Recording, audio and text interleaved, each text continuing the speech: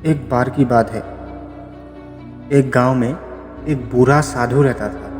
वो साधु रोज एक पहाड़ी की चोटी पर बैठकर ध्यान करता था और आसपास लोगों को अजीब अजीब बातें सुनाता था। लोग उसे पागल समझते थे क्योंकि उसकी बातें अक्सर समझ से परे होती थी। उसकी बातें कोई समझ नहीं पाता था।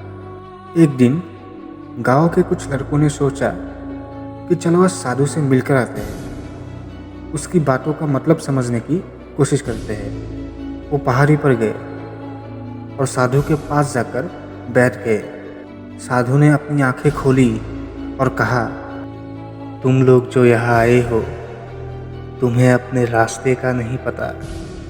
तुम सब पानी के बुलबुले हो जो कभी भी फूट सकता है।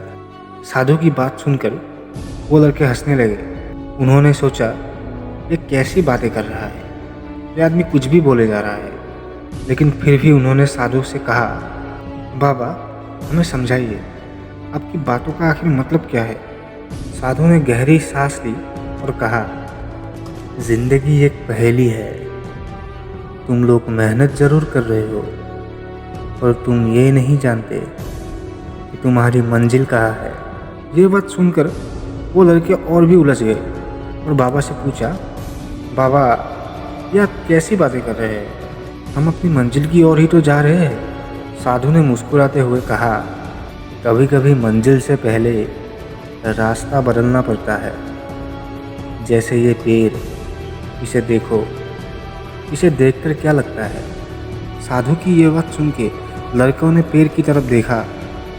वो पेड़ एकदम सूखा हुआ था, बिना पत्तों के। ये देख के लड़कों ने कहा, बाबा ये तो मर चुका है, इसमें क्या देखना।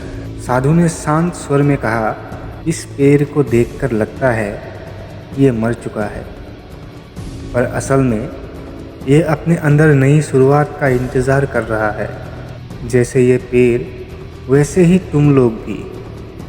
तुम सब बस बाहर से देखते हो, पर अंदर क्या चल रहा है इसे समझते नहीं, न समझने की कोशिश करते हो।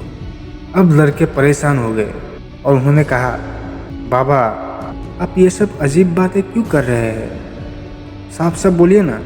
साधु ने धीरे से कहा, जिंदगी में कई बार ऐसा लगता है कि सब खत्म हो गया। जैसे तुम सोच रहे हो कि ये पेड़ मरा हुआ है, लेकिन जब सही समय आता है तो यही पेड़ फिर से हरा हो जाता है। तुम जो भी कर रहे हो वो समय के साथ फल जरूर देगा। अगर अभी समझ में नहीं आ रहा है तो बस धैर्य रखो। लड़कों को अब कुछ तो समझ में आ रहा था। साधु ने अंत में कहा, याद रखो, हर चीज़ का एक समय होता है। तुम जो भी कर रहे हो उस पर भरोसा रखो, क्योंकि बाहर से चाहे जो भी दिखे, अंदर हमेशा कुछ ना कुछ बदलता ही रहता है।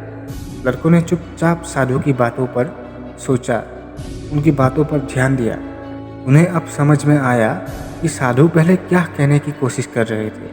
वो जब पहाड़ी से नीचे लौटे तो उनके मन में एक नई समझ थी, एक नई सोच थी कि कभी कभी रास्ता भटका हुआ लग सकता है।